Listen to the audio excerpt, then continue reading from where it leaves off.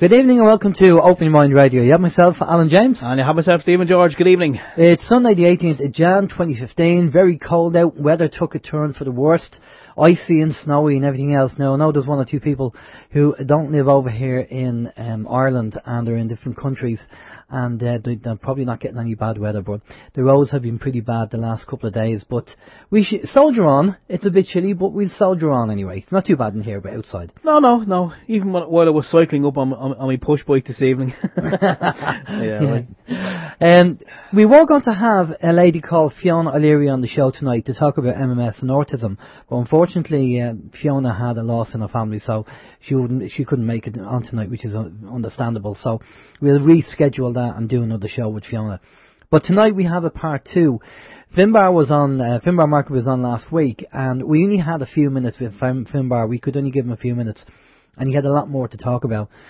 So it just quite convenient that Finbar was available for tonight to get him back on, and we'll finish off the part two. We'll also have Dr. Rima. The plan of attack, anyway, is to have Dr. Rima on. She's travelling at the moment, so I'm hoping that she'll touch down and get to her home and get to her computer so we can get her on and find out what's going on over there, because herself and her husband are being attacked with bank accounts being closed down and loads of things going on over there. So I'll be just curious to find out what's going on there myself. So that's the plan of attack. We'll see how we go for the rest of the night. But before we move on, let's find out what the communication channels are. Yes, communication channels, please. Mary! The communication channels are email info@oymireland.com, by phone 046 927 1212, and you can also contact us direct through the OYM chat room. Thank you, Mary. Even if her name is Steph, I don't mind. I'm going to call you Mary. 046 927 1212 is the magic number for the studio this evening, and every evening should you wish to ring in and have a chat or maybe leave a message. We also have Facebook as well, anti-social media. We're on there. You can follow us on there. You can keep track of what's happening, what's going on, what's moving, what's shaking. We also have the live chat on the website as well. That is oymradio.com. You can just look on the left hand side. You will see the radio player, you will see the live chat button, you will see Facebook, and you will also see the link for YouTube as well. You can log into the chat. You can ask questions of our guests there this evening. You can also chat amongst yourselves. We're also going to say a big hi to the people on People's Internet Radio chat room as well. Hi to all of you. And I think I've covered everything, have I? No, I haven't. Did I say if you're going to ring in from outside the Republic of Ireland, 00353 469 271212. Of course, if you're going to ring in from America, I've probably spoken too fast. Yeah, okay. Sorry. 046 927. Phone number's on the front of the website anyway. Yes, it is. Right, okay, let's get cracking. Right, now, last week we were talking about a protest that was going to take place at the City West Hotel, the Irish Country and Music Awards, and KTech were going to be their security company. And it was on the 26th in the evening between 6 and 7. Now, during the week there was an article in the mainstream media, or the lamestream media, and it said that a security company has been granted a temporary High Court order preventing several anti-eviction activists from organising a protest at the Irish Country and Western Music Awards ceremony at Dublin City West Hotel later this month. KTech Security secured the orders against several individuals, it says, are involved in anti-eviction groups who, the court heard, have issues with the company's alleged involvement in evictions. Yeah, too bloody right we have. As a result, KTech have launched actions against defendants who are allegedly involved in organisations called the Land League, the Hub and the Anti-Eviction Group. Now, I don't know whether this temporary High Court order, is very specific for these groups, because I could think of another couple of groups out there that could protest, like Mums Against Evictions, Dads Against Evictions, Dogs Against Evictions. Them groups could go and protest, I'm sure. Are you saying there should be more groups out there? Well, you could have Parrots Against Evictions, whatever. I want an eviction. So, I don't know whether this order is actually focused directly on the Land League, the Hub, the Anti-Eviction Group. But there's so many names to different groups. It is proven one thing, though, that the cage is being rattled. Oh, definitely, the cage. Well, I mean, Finbar will probably know about this anyway, so we'll touch base with him on it anyway. But over to you, Steve. Yeah, in the news today, as was told to me by Alan this evening and also by my sister this afternoon, Mr. Leo Varadkar, 36-year-old politician, has come out on the Miriam O'Callaghan show on Radio 1, that's RT Radio 1, and announced, I am a gay man, Minister says. The TD did not want people to think he had a hidden agenda on the marriage equality referendum, but he thought it was a good time to come out anyway. I don't know why. I mean, why did he come out and announce his preference? I don't think it makes a damn bit of difference. If people don't like him as a politician, I don't think coming out and saying he's gay is going to win him any votes. No, he's still a parasite. He's still bad at his job, as far as I'm concerned. Absolutely. That's my opinion. Yeah. What's to say? It's not something that defines me, he said.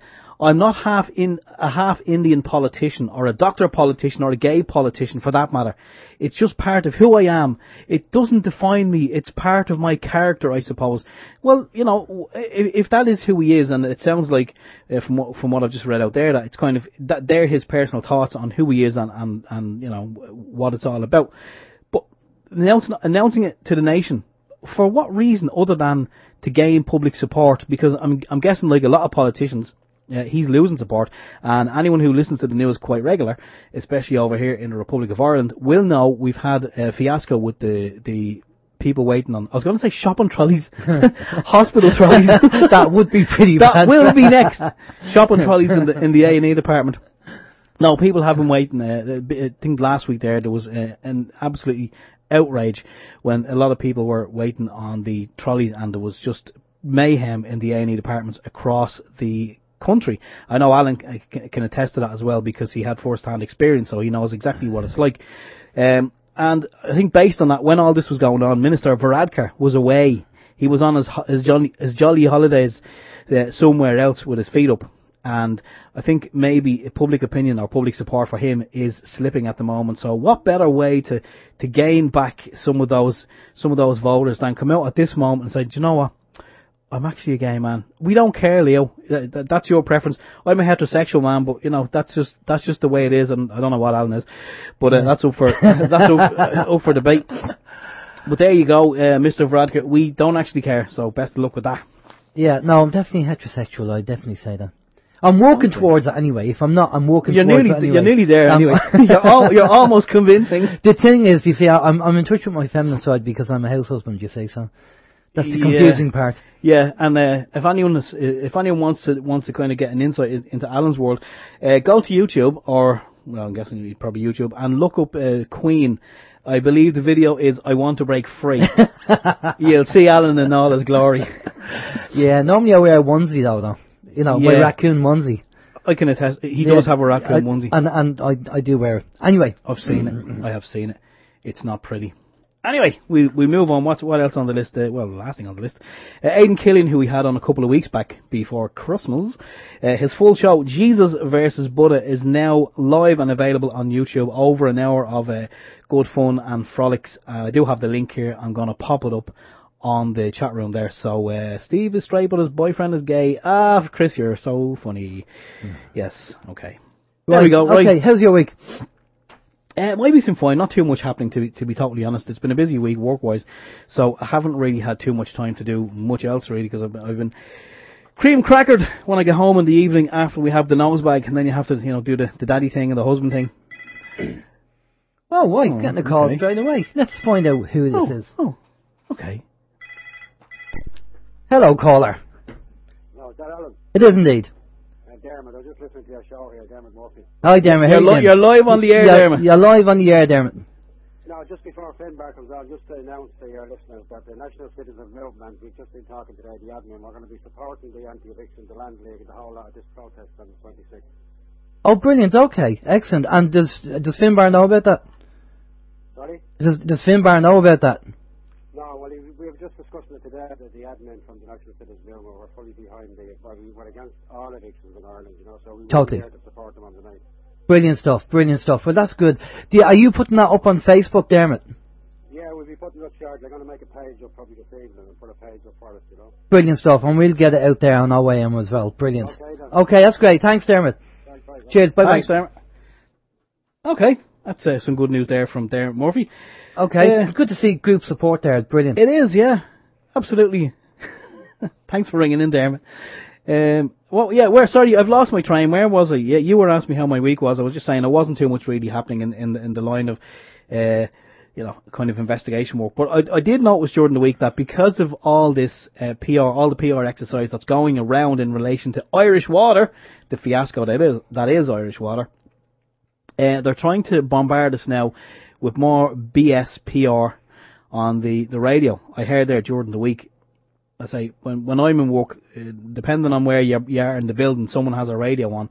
I just happened to be in earshot of one on, I think possibly Thursday, and they were talking about Irish Water, saying that almost 75% of the water information slash the packs, the water packs, the Irish water packs, they had been returned. So I'm going, wow, 75%. I don't believe a word of that. So have a look on the internet, because depending on where you are on Facebook, if you log onto our Facebook, you will see groups and people that we're friends with, and a lot of information is shared. But the information has come about that about 20% of the packs have actually been returned, with like people have given their information and their details. When they're saying 75%, what they're also including in there is people who've sent them back no contract return to sender. So that's kind of included in there as well. What they're also saying is, allegedly, Irish Water are saying, anyone who sent your pack back, even if it was returned to sender, we're going to put you up on the system. Well, listen, best of luck with that. Send me the bill. Without my signature, best of luck. Also, they have the travellers. Did you see the video with the travellers? Oh, I didn't. No, they have they really want to hit home, RTE do, as to how much of a privilege it is to have running water inside your house, that they actually went to a halting site and they interviewed some travellers and some travellers' children. And basically the travellers' children were saying, hail, rain or snow, this is it kind of summed up. Hail, rain or snow, we don't have running water, we have to make our way with this kind of jerry can or whatever, down the road to this standpipe, and we have to fill up the water there, and it's a hard old slog. And the RT are then saying, that's terrible, and there's people living in homes and they have fresh running water, clean running water, and they don't appreciate how difficult it is for people like yourselves. So they're ramming that down our throats now to say, you're so lucky, you should just pay your damn bill. Well, the last time I remember, when you actually have a caravan and you're mobile, you'd normally do that anyway, because you don't have running water in your caravan, in your mobile anyway. Yeah. And the fact that it might be fresh running poison water. Absolutely. I think that's really what we should be saying. Fluoridated. Let's get it right. What's it? Mr. T says, I heard they're putting lithium in the water. Anybody? We heard that about 2 years ago, Mr. T, that there was talk about that.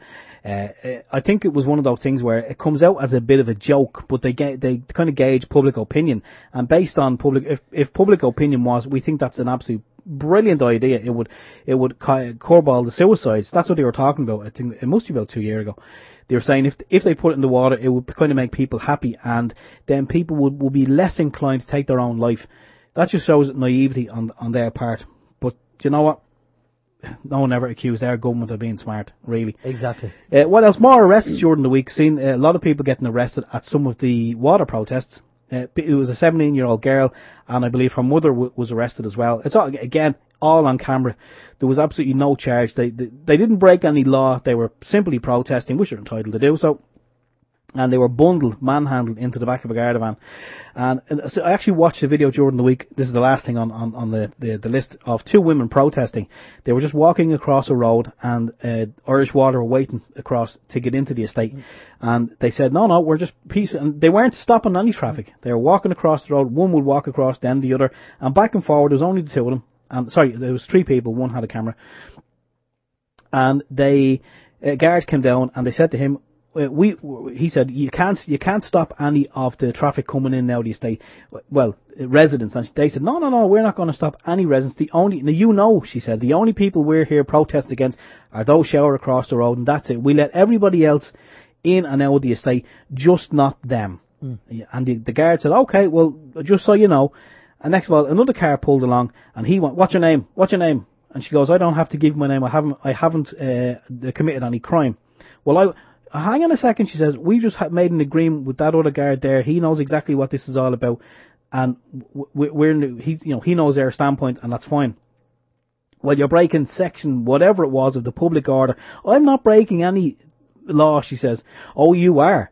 No, I'm not. And she knew a little bit about the law, so she was able to. She knew whatever it was he was trying to accuse her of, that particular section, that act, and he wasn't getting anywhere. So again, he gets out of the van, and he just starts pushing her. Get your hands off me, she says, and he pushed her again, and I think there's another guard. He's doing the same to another woman. So of course he pushed her off the road, and she's on the footpath. And as soon as he had her on the footpath, the Irish water van flew up the road. You know, they got in. Yeah. And then that was it. Once they were in, he went back to his car and he started driving off. The two ladies, they didn't let up. They went after him, and they said, and your woman, and quite rightly so, she said to him, do you realise what you're doing? You're breaking every rule in the book. You're going against the Constitution. You're going against the people. And at some point in time, you and your lot will know exactly how this feels, because they'll come after you as well. And when your job is on the line and you're out on strike, do not expect public support, because from what you've been doing all across this country, manhandling and abusing ordinary Irish citizens, she said, any and all respect have been lost for the Gardaí in this country. He didn't actually blink. He didn't bat an eye. No. He didn't care. He just sped off. As far as he was concerned, from what I could tell, his goal was to get Irish water into that estate, and he did, by any means necessary. Anyway, there we go. So it's still going on. The protest is still going on. A lot of successful protests across the country as well, I might add. There are a lot of people who are making good headway, and they are stopping the Irish water workers. Anyway, how's your week? Right, okay, just a couple of things before we get Finbar on, because it's getting late there.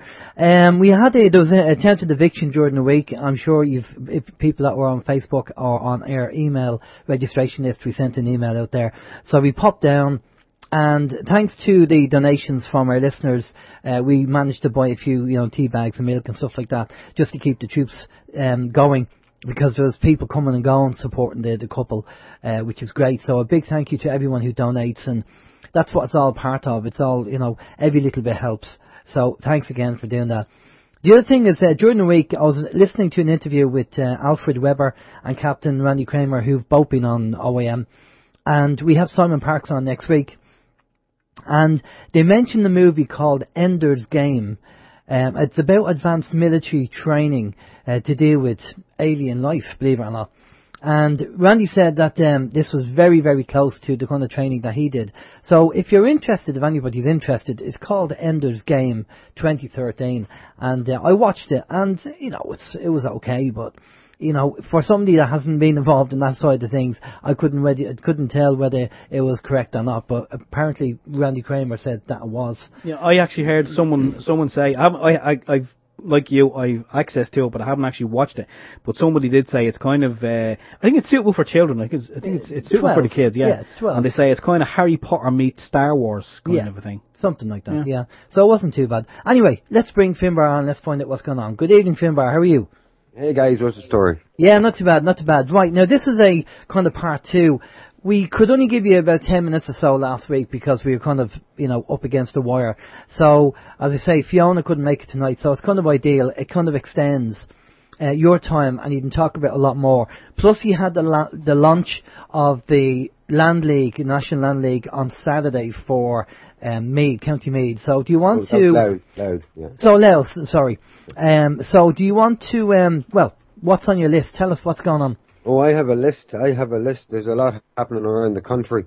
On the one hand, just going back to what Steve was saying about the water chargers and the protests around the country, although there's been nothing national, there hasn't been a major national march, and I think there is one on the 31st of January, if people can get involved in that.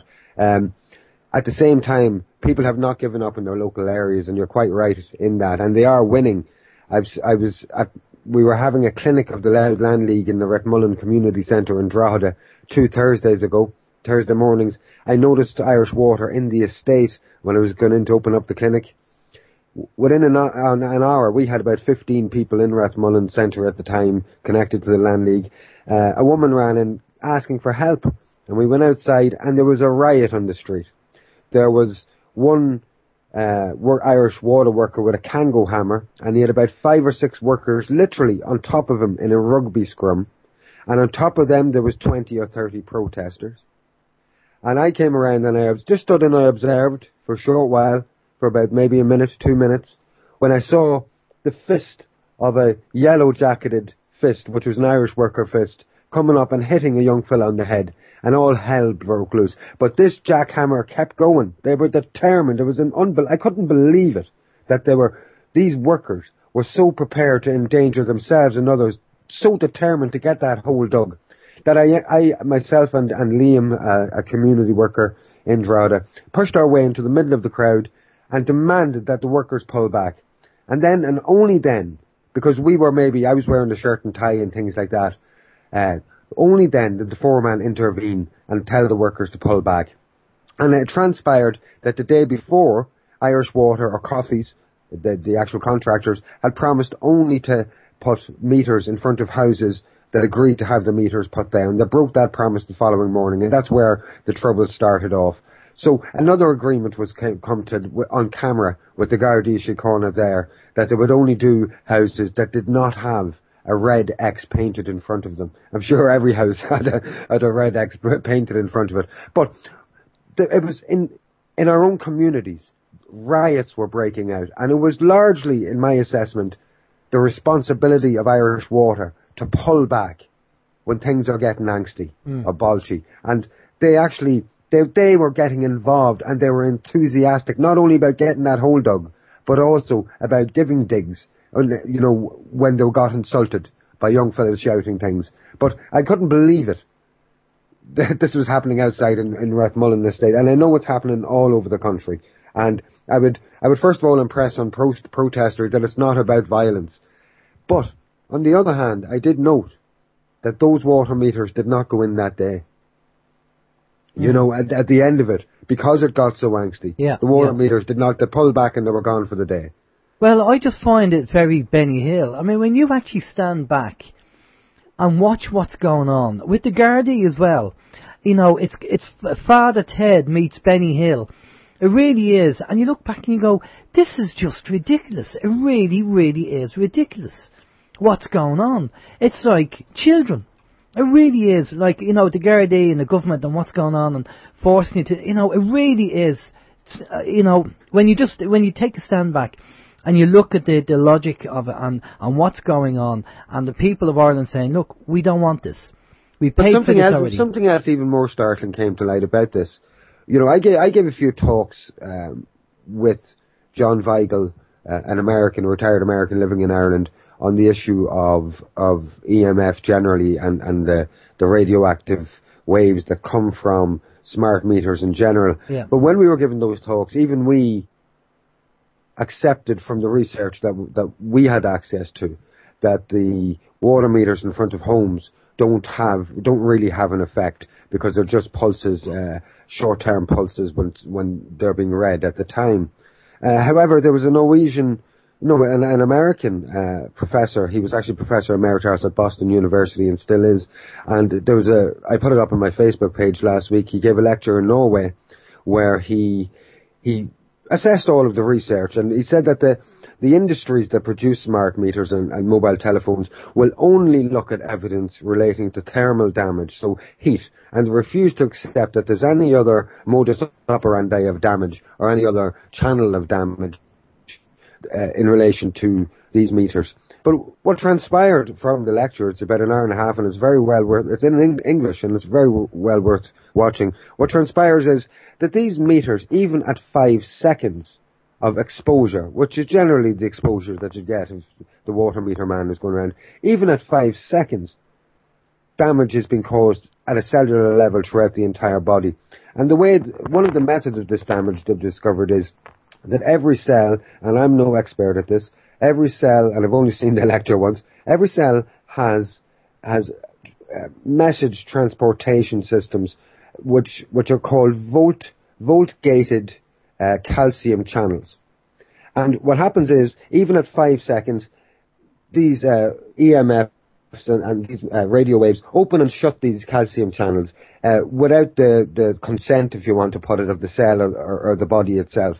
And after 5 seconds, it starts producing a form of nitric oxide, which in itself converts into other poisonous forms of nitrogen. And it starts polluting the bodies and causing damage in different ways. But that's after 5 seconds. So until recently, people who were talking about the health aspect of meters in front of the home were kind of conceding that, there's no damage really done because you don't get a full blast. They're not blasting off all the time. But it would appear from that video, and I would advise people to go on my Facebook page or get access to it some way and watch it. Apparently now, after 5 seconds, you're being damaged. Well, can we just add to that? We had Barry Trower on, and Barry actually talked about this. Specifically, we got him on to talk about this. And he said that radiation that's coming off, because that's what it is, it's radiation, is actually a change in the molecules in the water that's going through the meter. So that's what Barry said. That's where the problem is. It's fundamentally making a change to the water that's going through that meter because it's transmitting. Okay. Well, there seems to be numerous problems with having these outside our homes. So when we see people getting upset not only in the estates, but people are getting upset in the rural areas too. There's good reason for it, and it's not just about money. It's about a quality of life into the future. There are predictions, official WHO predictions, that the rate of cancer in Ireland is going to go up by 50% over the next few years. And that's massive. And that's not been caused because we are suddenly changing. It's because of our environment. Yeah. It's because of everything that's in our food. There was Michel Foucault, one of my favourite philosophers, one of his examiners that examined his PhD was a medical doctor, but a medical philosopher called Kangelheim. And about 100 years ago, Kangelheim, he was actually a philosopher first. And during World War I, he was in Paris, and he decided, as you do, to study medicine. So he applied his philosophical and critical outlook to the development of medicine over that 400 years. And what he noted was, we started with a fundamental mistake in thinking that the body ever gets diseased. He said the body is always operating at its healthiest and optimum for the environment that it's in. And that if we ignore the environment and we only look at our illness or what we perceive to be the diseased body, then we're actually ignoring at least half of the problem and where the problem is sourced. And so when we look at this massive increase in cancer, not only in Ireland but throughout the so-called developed world, and particularly in Ireland, we really have to, we're talking about elections coming up in the future and smaller parties coming up with policies, and quite often they either don't think of health policies or they're not thinking outside of the box and they only think in a monetary way about health policy. But if we really want to, and I would ask anybody who's involved in drawing up manifestos out there, if we really want to draw up health policies that will have an impact, we have to look at more than just funding models. We have to look at what we mean by health, how we philosophically, or how we understand the epistemology of health. The epistemology is what knowledge we have about health and how we value different types of knowledge, and really start assessing it from that way. And if we really get, people used to laugh at tree huggers and people into organic food and stuff like that, but what we're finding is some of the best non-chemo, non-radioactive treatments for cancer. And when I say best, I mean, radioactive treatment and chemotherapy can kill the cancer. So it is successful sometimes, but it also can kill the person. But if we want to look at safe methods, we have to look at our foods. And we have to look at our lifestyles and the environment and our radio waves and all of those things. And I think cancer is one of the biggest issues moving into the future. It really is. It affects everybody. Rich, poor, doesn't matter who you are. It affects everybody. And it's one subject matter that we as a nation in Ireland, because remember, we are the majority drug producer, pharmaceutical producer for the world.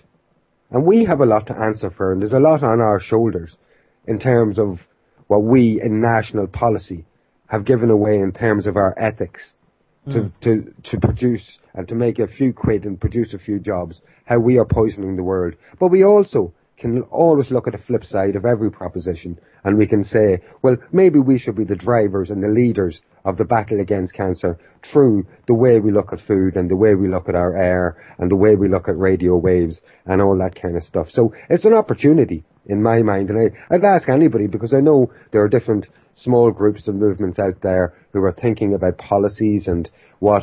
There's something that we can look at. Well, I think you're right. I mean, we had Dr. Michael Kelly on from the IDEA, which is the Irish Doctors Environmental Association, and he said that it's very hard to have a healthy body in a polluted environment. And our environment is surrounded not just with the kind of Wi-Fi and all that kind of stuff, but as you say, it's in the food, it's in the water and everything else. I think the people of Ireland have to wake up. We cannot rely on the politicians. We know that. I mean, I think we've set that. Now we've drawn a line in the sand and have said, that's it. We can't rely on the politicians. We have to do it ourselves. Everybody listening to this show, all the neighbours, we all have to do our part. And all them little drops. It is, yeah. My friends, for instance, all of my friends, they're kids. If you handed them a glass of water from the tap, they'd go, ugh! And there's one friend of mine, her daughter in school, they were having a no fizzy drinks policy. And they said, you can get a drink of water from the tap. And Zara response to that was, oh, but there's fluoride in the water, that's bad for you. And the teacher said to her, but it's good for your teeth. And Zara responded, but it's bad for your body. And she was kind of told, well, that's the end of the conversation. You know? Yeah. But at least young people, I wouldn't underestimate the impact that we are having on the young people around us, you know, and we'll multiply that out. Well, the one thing, as Steve has said before, is that the one thing that we have to thank Phil Hogan for is the fact that so many people now have woken up to what's going on, and it's gone beyond Irish water now. We want a change. We want to have to be able to live and not worry about bills, not worry about being evicted. I mean, they are going against the constitution of the country, for starters, you know, and a hell of a lot more when it comes to laws. So we can see at the moment the corruption. We can see what's going on. We can see all these quangos getting paid loads of money. Politicians getting paid. It's tweedledum, tweedledee, as Ben would say, where they come in for 4 or 5 years and they do what they have to do, and if there's any problems they just pass it on to the next person, and then they retire, get their pension and think, right, I'm set for life, that's me, I'm done. And this has been going on for years. Or they bury the information and they don't say anything. And, you know, the whole party whip system, throw that into the mix as well. This has to stop. The Irish people have to kind of wake up and go, the only way we're going to make a change is if we make the change. We get up and we start doing things, and we stay away from these politicians. You know, I mean, I know there's going to be on the 31st, there's going to be a demonstration on, you know, again, a march or a protest, if you want to call it that, and they're having a local one in Kells. You know, more than likely I'm going to be down at the Kells one. Now, the last time we were down there, Thomas Byrne TD was down there. He's a senator. And I had to go with him. He went to put his hand out to shake my hand. I wouldn't shake his hand. I called him a parasite. I told him what he was. And I said, what the hell are you doing here? I said, you're only here for getting votes. I said, why are you here, you know, with the people? Is he a party, TD? He's a parasite. Is he in a party? Hey, he is, yeah. I think I'm not too sure what party. He's Fine Gael, I think, maybe. Yeah, he's either Fine Gael or Fianna Fáil. He's Fine Gael, Fianna Fáil. But look, it doesn't matter. He's a party politician. And as you know, Fine Gael, you know, Labour, Fianna Fáil, they're exactly the same. And I said it to him, you know, and I made sure people heard me saying it to him, you know, that he was a parasite. I said, what are you doing here? I said, you're not here for the people. You're here just to get votes so you can get in again for the next election. And that's what we need to do. We need to be emailing the TDs. We need to, not being vulgar or anything like that, but just let them know that we know what the game is, and the game is up. That they're there feathering their own nest. They don't care about the people. They never have. They never will. I mean, this has been going on for years. They're only in it for the money, and then you get the pension, and then they're out, and you pass the trouble down to the next person. So, you know, we need to stop, you know, thinking that they're going to make a change. They're not. And that goes for all parties, as far as I'm concerned. Our forefathers, I've said this before on the show, 1919 Constitution, they gave us representative democracy, and they gave us that for a reason, because they knew that politicians could be corrupted. We need to get that back in. And when we get that back in, the people have the power, then we can control them, and when we say jump, they'll say how high. That's the way it should be, and that's the way we should have it. But typical corrupt politicians, they saying that, oh, we can't give people the power, so we'll take that away from them, 1937. So, I think it's important to be how would you put this now, to be particularly defined when we speak about parliaments and parties and things like that. In terms of representative democracy, there was a movie made in the 1970s called The Rise and Rise of Michael Rimmer. And it was just about that subject. And it was a comedy, but it was a black satirical comedy. And it opens up with Peter Cook coming into this dusty old marketing company where they all wear bowler hats in the middle of London. And he's dressed in a dapper 1970s suit. And he walks into every office and he says, I'm the new coordinator. My name is blah, blah, Michael Rimmer. And he took over the entire company. So the old fuddy-duddy old manager that was there, which was Captain Manwaring in Dad's Army, in fact. Captain Manwaring, yeah. Yeah. But when this Peter Cook character, anyway, after a year, he turned the marketing company into a very popular and successful polling company. And after another year, he turned that polling company into like a political party which wanted direct democracy, complete direct democracy, where people would vote on everything. And so people voted on that naturally. And after the first month or so, people were getting 1 or 2 letters a day about what they had to vote on, and there might have been 1 or 2 interruptions in the TV programs. After about 2 months, they would waken up to piles and piles of documents at their door every morning about all the different, their policy towards Mongolian pig farming in outer Asia had to be voted on, and all these different things. And every TV, there was no TV anymore, it was all about what you had to vote on. And so within 6 months, people were on the street protesting for dictatorship because they said they'd had enough of this democracy. So I think there is a place for a chamber, a representative chamber, for people to argue out the point. But the power of recall, the power for the chamber, for the people to be able to call the chamber, or to force the chamber in some way to call referendum, or without having to go to the chamber for referendum. Yeah. Things like that need to be put in place. But I do think we need to have a chamber, because we can't have, well, we could try to have people interested as much as possible in everything else, but to do that, that has happened a couple of times in history, where the populace has had the capability, or at least sections of the populace has had the ability to participate in the pure democracy of the place. And that was in Greek civilization as an example. But they had slavery. Nobody had to work. No Greek citizen had to work. So they could all participate, and they went down to the Senate every day and discussed and argued and so forth. We also have it today. But again, it's an even smaller aristocracy today. It is an aristocracy of the elite that really have the time. Those people who just have other people managing their share portfolios. They're the people that can spend all their time conniving politically today. So it's not that we're that different from Greece, but there's a hell of a smaller percentage of our population has the wherewithal to put in there at the moment. But we do have to keep our economy going. We do have to do things like that, and people we can't expect, even let's say we had a cultural revolution, and we culturally engineer, which is what everybody does all the time. And if you come up with ideas about the way things should be, you are formulating ideas of cultural engineering in a way.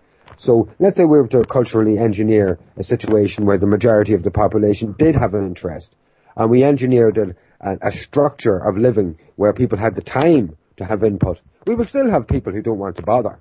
Yeah. And we can't condemn them either, in many ways, because existentially, you get one life and you decide what you want to do with that life.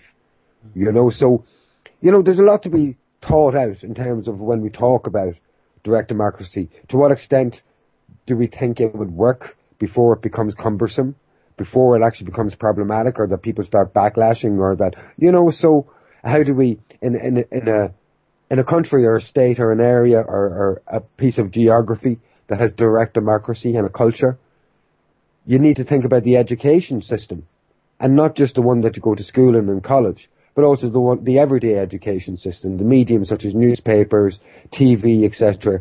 Because in a real democracy, you have to tackle those things and make sure there's balance. At the moment, just like Australia, well, the Australian oligarch and media oligarch has now become the global media oligarch, and Murdoch, but we have our own media oligarch or two here. And at the moment, they are dictating what goes out there in the media alongside the government. Yeah. They're hand in hand. So how do you create a situation? I would be worried about introducing immediate direct. Now the Irish have proven to be quite intuitive, even despite all of that, in the sense that we did reject a European treaty referendum. It was forced upon us again, but we did reject one. So we, even in the midst of all of this media dictatorship, and that problem seems to be nearly dealt with, that there's a lot of Irish people that are awake. And then we have this show and other places as well. So all of these things I have to be considered when you consider the concept of direct democracy. And I'm a big supporter of direct democracy. But I'd be worried that if we went to the extreme of expecting the populace to vote on everything all the time, that could become problematic. Yeah, I can't see that happening. I think that would have to be organised. I mean, I totally agree with you. Every 5 minutes you have an envelope coming through the post saying you have to have a referendum now. I can't see that happening. I mean, it's on the big issues, basically. The big things. Anything that's going to affect the people, then it'd have to have a referendum. Yeah.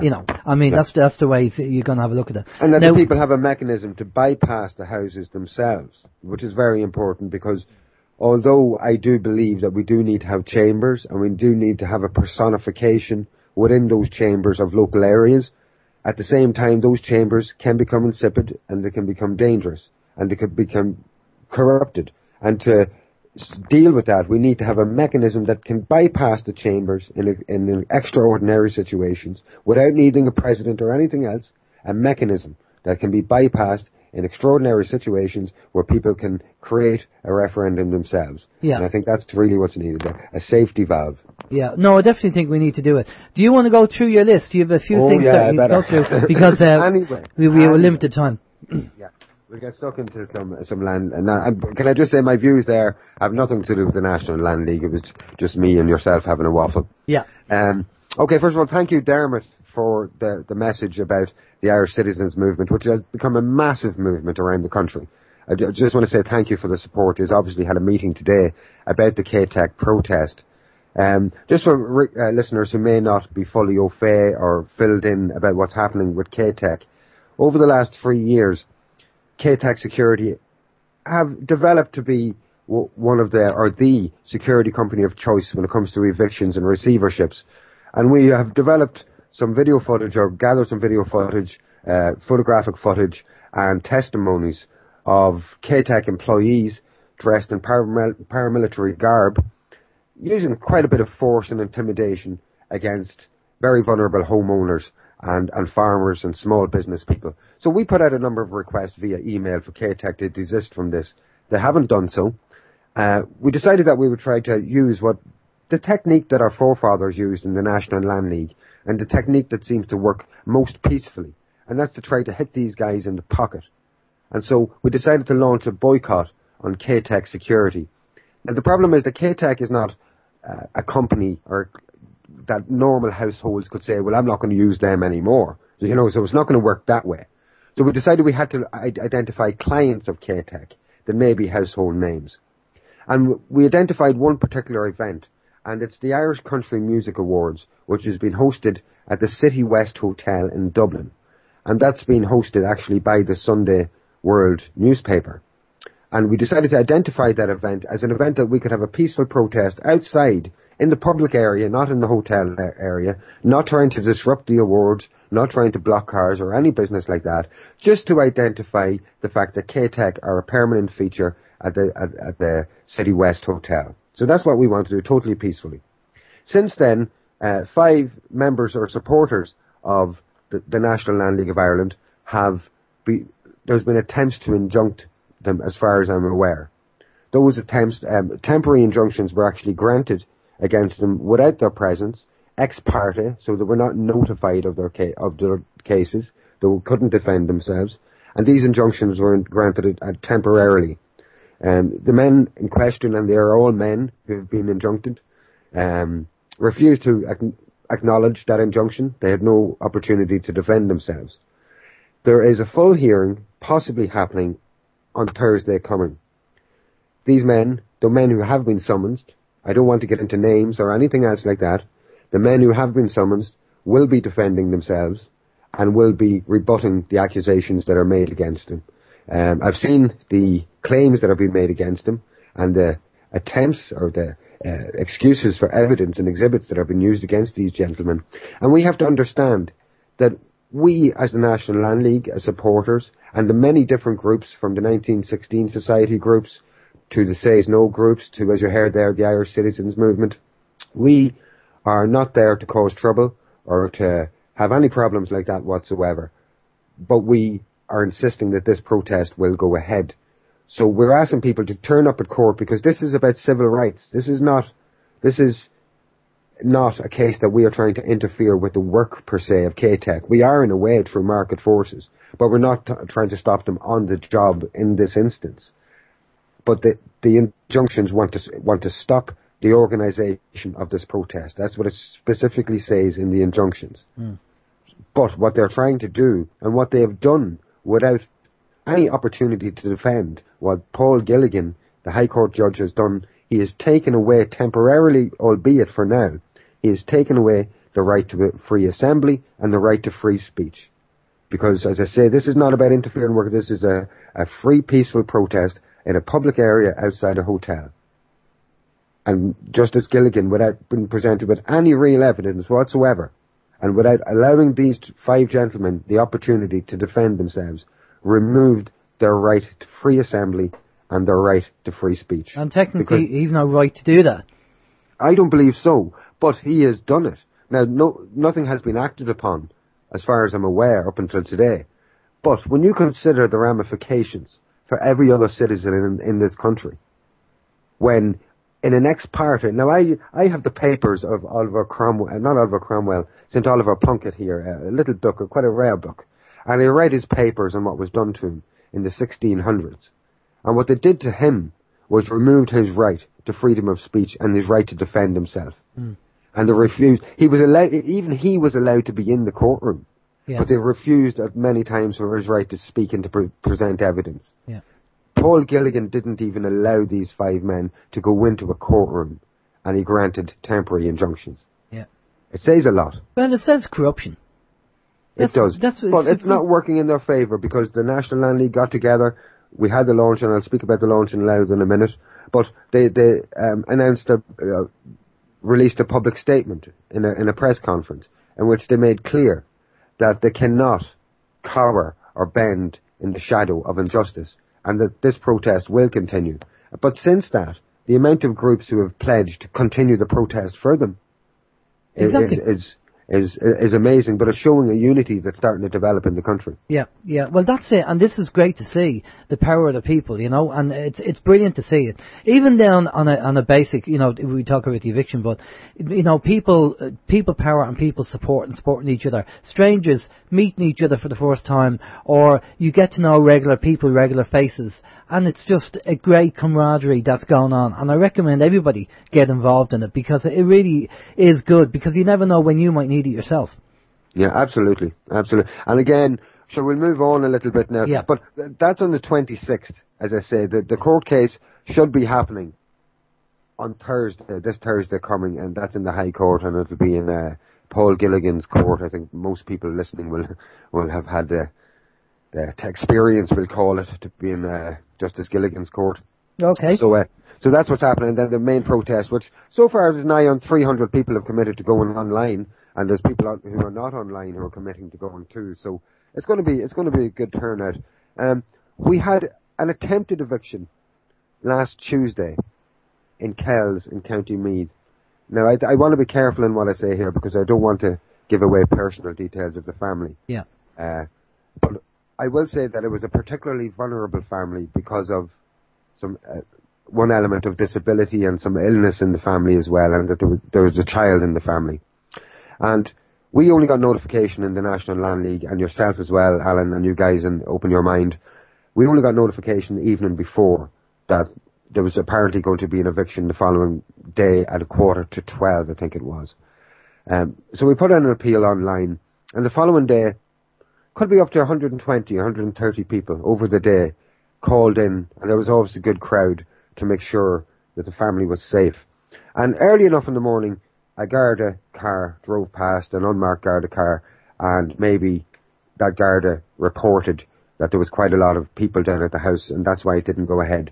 But between the work of a very good and an unusually, to me, ethical financial advisor who came on the scene over the last couple of weeks, and some work that he's done behind the scene, there has been some provisional agreements made that we hope will result in the family being able to keep their home. And a part of that agreement is that they will buy it back at the current value. So it reduces the arrears and the debt from 300,000 allegedly down to 60,000. Now I know a lot of listeners will still think it's 60,000, it's a lot of money. But these guys with the financial advisor have arranged to be able to go to another bank to come up with a new mortgage that's affordable to them, to be able to pay for that 60,000. So it's a development of some sort anyway. There's one thing that has cropped up as a problem. The sheriff will not officially hold off until the deal is done. And the deal cannot be done until this family can put, and the National Land League have never asked for money before as a National Land League, and again, this is for a family that are particularly vulnerable, and where they're stuck for €1,200 that the bank insists is put into their account this week to be able to go ahead with the deal as a kind of a down payment or something like that. So we've put out a national appeal through PayPal to try to gather what we can for the family. And a lot of people have been over there and they've seen how genuine these people are and how needy they are as well, but also how open they are to people coming to their home and things like that, how welcome they've been made to feel. So we put an appeal out, and whether it's 50 cents or it's €5, yourself, Alan, and myself were looking at the maths of it. What did you come up with there? Yeah, basically, if 240 people paid, say, a fiver, then that's all we'd need. And if they paid a tenner, then it'd be 120. So 120 people at a tenner each, and we'd have the money. And I believe that's only a loan anyway. Is that right? It is only a loan. The way it works is the bank want to see it in their account for a month. And I've seen things like this before with banks doing deals, so it's hard enough to get a deal from any bank. So it has to be in the account for a month. And now I know that if it comes down to it that there's 300 or 400 or 500 people who donate, it's going to be hard to get funds back to everybody. So what we suggested to do was, well, the National Land League will come across this within the near future again. And we do have other causes we want to develop and build. So in one way or another, we'll put the funds back into something that doesn't benefit any individual, but benefits the league and benefits people that we're helping. So this isn't a case that we're in any way trying to benefit anybody except to help this family. Now, and a lot of listeners will know some of the more specifics of the vulnerability of the family, but as I say, I don't want to say it on here, but I can guarantee that this is a very, very good cause, and it's not often that you'd hear myself or the National Land League asking for anything. Well, for myself and Steve, we'll from OYM, and again from our listeners, we'll make a small donation to that fund to get it started. So that's a sure from us anyway. Yeah. So we'll tell you how to maybe make a donation. It's easy enough. We're just doing it through PayPal at the moment until maybe we organise somebody in local areas that can do a collection. And it's only €1,200, folks. I know only that could be 1.2 million to most of us. But when you add it all up and you break it down, and the way to make a donation is, if you log on to the main PayPal page and click on send, and look for an email address, and if you type in nationallandleague@gmail.com, all one word, so nationallandleague@gmail.com, and you can send whatever your donation is there. It will give you an option for sending a business transaction or a donation. So just make sure that you state that it's a donation, so nothing extra is taken off. It's a personal, click on personal rather than business, yeah. That's it, yeah. And on top of that as well, if you want to put a wee note just to say that you want this donation to go to the family in Kells. And as soon as we'll put out regular updates on our blog spot, our new National Land League website will be up and running in a few days. Hopefully Alan has been fantastic in helping us out with that too. So hopefully that will be up and running, and there'll be a donate button on that as well. But if you can, whether it's 50 cents or €1 or €5, it'll all add up. And this will be, at the launch yesterday, Austin Byrne, who runs Awake in Longford and is a great researcher and a writer, Austin suggested that at some point we're going to have to get a fund together to be able to try to purchase houses back, the way that the vulture funds are doing it, so maybe at 10, 15, 20% of the book value. And it's a very realistic thing to look at. It's something that the Land League did in the 1880s. Defenders Row in Dundalk was built that way, through those types of funds. It was done during the American agrarian movement to buy back small farms, and it's something that we are going to have to, and we are going to look at here. But in the meantime, this is almost like a small model of it. And it's something that we can see will work. We'll be able to see and talk to that family into the future and see them in their homes. So it's a small micro model of maybe something bigger into the future. So we'd ask everybody, please do give €1 if you can, or $5 or whatever you can. Brilliant. And just to add to that as well, that, it doesn't have to be a tenner. If you have a $5, it all helps and adds to the pot. And as you say, I've been talking to Finbar about bigger ideas to try and do this. Remember, it's a people's movement. We have to help ourselves because the government aren't going to do it. So, and any one of us, we're all one paycheck away near enough from, defaulting on our mortgage. Most of us, if you are on target and paying your mortgage, some people aren't. But, we just €5, €10, what you can afford, even if it's only $2.50, all adds to the overall amount that we need to get. And as Finbar said, the funds will be used for the Land League or to develop more stuff so we can get information out there. So I think it's a good cause there. Yeah, absolutely. I'll move on then to the launch of the Land League that happened yesterday in a very, very cold Drogheda, in the West Court Hotel in Drogheda. There was a great turnout. There was about 100 people turned out on a freezing cold day. It was a great launch. It was the first launch I was at, or the first anything I've been at, in which there was real fire in the belly and there was real spirit from the people and the speakers. So everybody left with full of evangelical spirit to go out and to create change over 2015 and to make it happen, and to make the Land League happen as well. So we had a great launch. Frances, a good friend of yourself and myself, had a talk about her experiences of moving from what you might call darkness to light, to going from a bad place to a good place.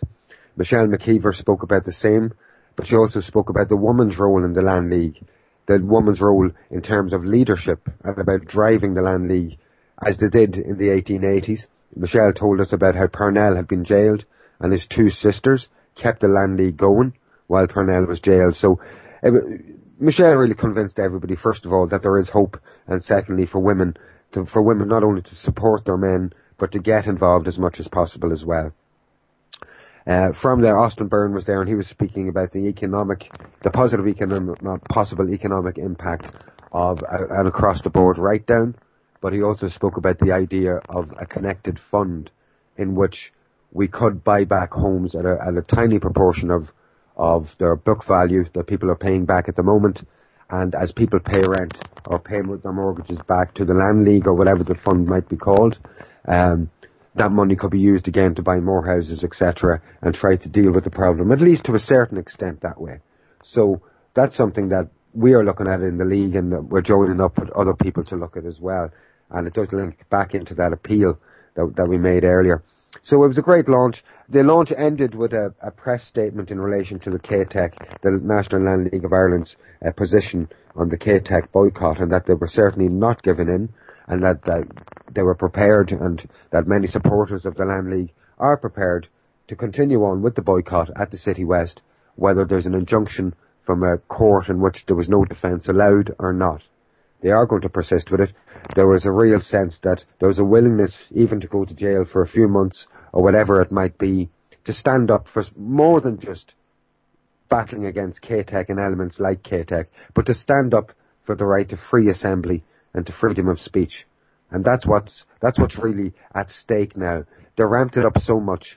And the Land League did everything to get to the table with KTech, everything to talk to them, but they wouldn't do it. And there's only one condition that the National Land League have in terms of talking to KTech, and that is that whilst talks are going on, that they don't carry out any more evictions, whilst talks are going on, and that they don't repossess everything that small farmers and small businesses have put their lives into, just while the talks are going on. But they won't come to the table, and instead they went to court, they tried rights. But beyond that, one of those men who is allegedly injuncted, his family and his wife was intimidated by the owner of KTech and one of his henchmen on a number of occasions over the week, and there's photographic evidence of this, where they knew that this man was away, and they called to the house and parked outside it, and leered in and smiled and laughed.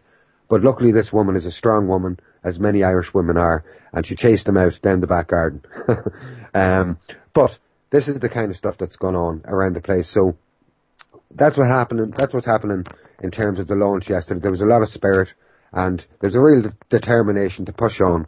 The next launch is actually on the 7th of February in Westmeath, and we're learning a lot about this. So we're hoping the Westmeath launch is better again than the Louth launch, and that every Louth launch improves in terms of the skill set, organising the launch from lighting to camera to everything else, that we improve and we get bigger every time. So we're spreading out across the country that way. On a final note, I'd just like to go back to what Austin Byrne was saying in terms of coming up with ideas and uniting together. Awaken Longford, which is Austin Byrne's website, today had a post on it, or an article, which was calling for a forum of fringe groups. Did any of you guys see that? No, I haven't seen it. No. No, okay, well it's a forum with the idea that all of these groups that are seen as fringe groups pull together and look at what we have in common and come up with an alternative solution, or a platform for alternative solutions.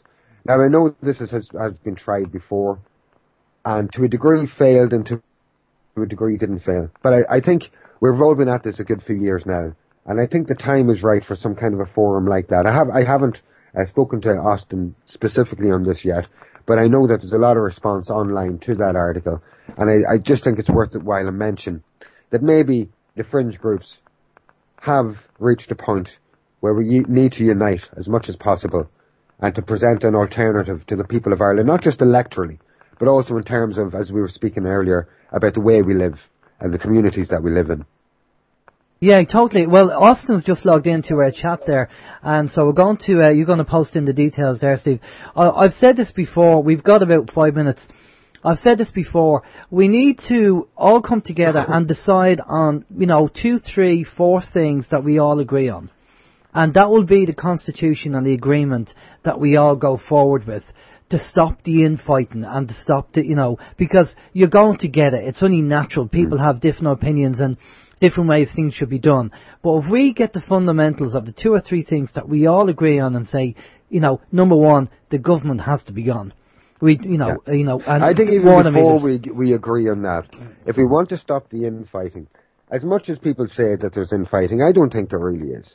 I think that sometimes, like I look at everybody that's operating around the place, people who've been consistent and who are still there and are still clearly doing it for the right reasons, and I don't see any problems. I don't see infight. I see people who really can work together. But on the other hand, if a problem arises, it has to be dealt with. If a problem arises where, on the rare occasion, the organisation or the way things are flowing are not flowing because of a particular reason, well, that reason has to be dealt with. But I think before you agree on issues, if you just agree on how to agree, I think that can get rid of that problem. Yeah, well, that makes sense. Agree how to agree, and then agree on the issues, and then take it forward from there. And the one thing I am seeing an awful lot of is a lot of people are kind of beginning to back off. They're burying their differences and going, look, we know this is a massive thing that we're doing, and we're not even going to go down that road and start bringing what we want to do. We know we all have to come together. I think people are beginning to realise, and all the different groups are beginning to realise, that we have to work together, if we're going to make a change and make a difference. Absolutely. And listen, it's a no-brainer, but on the other hand, and I do say this whenever I publicly speak, that 5-6 years ago, none of us expected that we would be where we're at today, or the country would be where it's at today.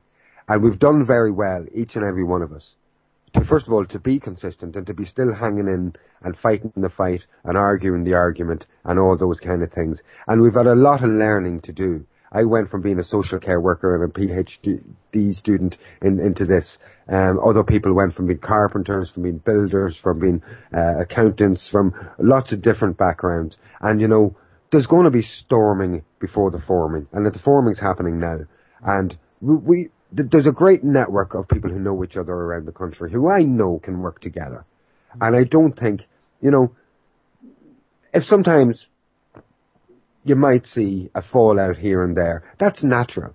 But sometimes instead of saying, I'm staying away from that, have a look at what's happened and say, okay, well, maybe that actually had to happen in some way on the very rare occasion, you know. But generally speaking, once everybody keeps moving in the one direction and that we all stick together, and I believe that the last 5 years has taught us all to be able to do that, to be able to swallow our pride sometimes, to be able to bite our tongue sometimes, and to only speak when something needs to be said. Yeah, no, I totally agree. Okay, Finbar, we're going to have to leave it there because we have to get our next guest on. Steve, do you want to go through all the details there? Yeah, Finbar, absolutely great information as per usual. You were speaking of Austin Bourne. Austin Bourne has logged into our chat and he's chatting away there. Brilliant. So that's good information. People have said they're going to check out his Awaken Longford page. Just before you shoot off, can you give us the information there, how people can contact you or how people can see what you're up to? And okay, I'll give you the national dedicated number. So this is nobody's personal number. It's 089 474 0811. 089 474 0811. We have our local Land League pages, which are out there. So no matter what county you're in, have a look for your Land League page if you need to get in contact. Our new National Land League of Ireland website will be up and running. We're hoping in about 2 or 3 days, maybe slightly longer, you'll be able to contact through there. Then you have the National Land League, and that's just nationallandleague@gmail.com. That's nationallandleague@gmail.com if you want to get an email out to us. And then we have our blog spot, which is landleague.blogspot.com. Okay, we're going to get them all up on the chat now. Brilliant stuff. Okay, Finbar, stay with us there. We're going to go off to a piece of music. Steve, you're going to tell us about this piece of music? Yeah, okay, this is a piece of music. It was sent to me by a chap during the week. There should have been a 3-minute, I think it's a 3-minute segment, but Alan has actually got the extended one, but we're not going to play the whole thing. It's by a chap by the name of Wayne St. John. And if you check out Wayne St. John on YouTube, he does have a YouTube channel. He's kind of involved. He's on the same path that we're on, with the exception he has a couple of years on us. He woke up to a lot of this stuff in the 1970s. So a lot of songs are kind of based on what's happening in the world today. And just check this one out. I believe it is called One Love for the Planet. This is the worldwide release. Again, check him out on YouTube. That's Wayne St. John. Okay, we'll talk to you after this. This is Open Your Mind Radio on OYMradio.com, UnitedWeStrike.com and PeoplesInternetRadio.com. And we're back. Again, apologies, that's just a kind of very, very short version of the Wayne St. John record there, One Love for the Planet. We will get the shortened version and we will play it again. We'll maybe aim for next week or possibly the week after. Brilliant stuff. Okay, our next guest is Dr. Rima Laibow. Now, Dr. Rima has been on the show before and gave us great information about things going on regarding, the Ebola, nano-silver, and all about vaccines and stuff like that. And personally, she's helped me as well understand a few things about the vaccine side.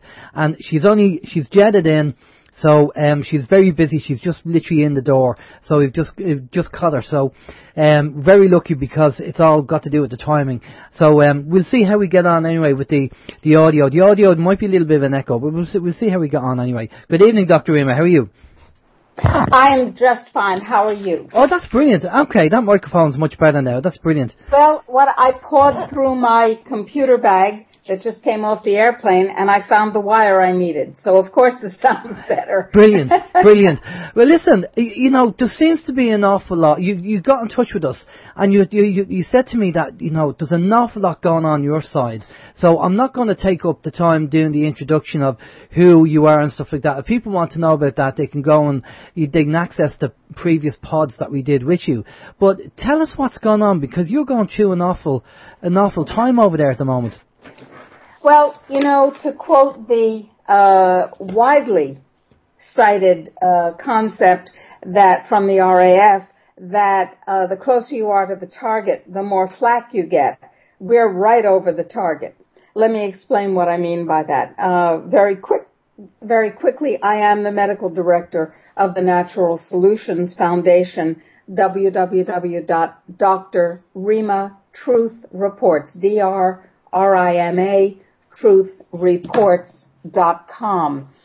And as someone who has set out to tell the truth, we find ourselves confronting the globalists on a great many of their lies, and worse, on a great many of their activities, which are presented as if they're designed to help us, but are designed to quite literally kill and enslave us. No point pussyfooting around about their intentions. They want to kill 90% of us or more and enslave the rest of us. And they have quite a large number of tools and techniques at their hand to do so. Well, one of the things that they use is vaccines and pharmaceuticals. And as a physician who has practiced drug-free medicine for 44 years, I know more than a little bit about how to eliminate the dangerous pharmaceutical drugs and why to eliminate all of the vaccines. And I'm not shy about telling people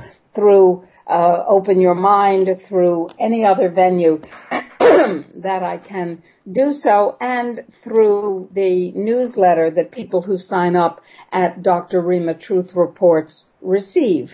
So when the Ebola crisis was manufactured by weaponizing and patenting the Ebola virus by the United States government in cooperation with the UK at Porton Down, but the main actor here is the United States government. When Kanima Hospital in Sierra Leone was improperly protected against the inevitable leak of the now weaponized Ebola virus, and this was introduced into the population by teams comprised of WHO personnel, CIA personnel, and Doctors Without Border personnel in Guinea, as well as in Sierra Leone. I wrote a letter to the heads of state of the 4 afflicted countries who were suffering with Ebola outbreaks: Liberia, Nigeria, Guinea, and Sierra Leone. And I wrote to their ministers of health as well. And I said, listen up, guys. Obviously, I said it in fancy language, but I said, listen up, guys. Ebola does not have to kill your people if you will use the simple nutritional expedient of nanosilver. You will find that your people are no longer dying from the disease. That was eventually shown to be true, both because I discovered a piece of research from the United States Department of Defense Threat Reduction Agency, which was declassified in 2009, showing exactly that, and because we managed to get 200 bottles we managed to get 200 bottles of nanosilver with great difficulty to Sierra Leone. They used it, and they reported that it worked on 500 people. Now, if 200 16-ounce bottles will eliminate the disease in 500 people, clearly that's a pretty good solution.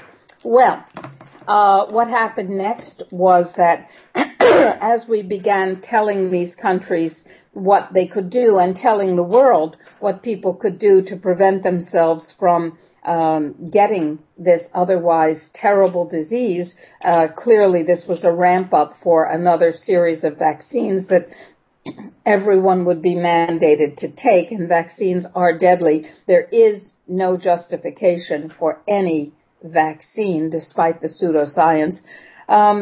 The FDA, the Fraud and Death Administration of the United States government, run by and for the pharmaceutical and biotech and big agri forces, the Food and Drug Administration and the Federal Trade Commission of the United States began attacking us. The New York Times attacked us and me by name, us being the Natural Solutions Foundation, of which I am the medical director, and me by name.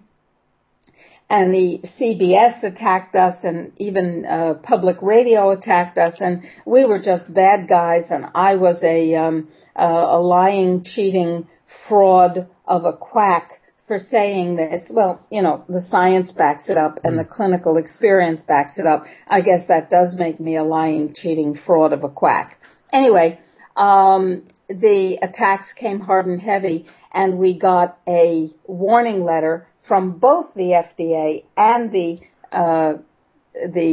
Federal Trade Commission warning us not that what we were saying was untrue, but that by telling people the science behind what we were saying, we were turning both nanosilver and another similar miraculously effective product called CBD or cannabidiol, which is the non-psychoactive part of the hemp. We were turning those two products into unapproved drugs. That is illegal in the United States. Recommending, marketing, or manufacturing an unapproved drug is a criminal activity. And they said that simply by telling people what the science was, we were now committing a criminal offense. That is called speaking the truth.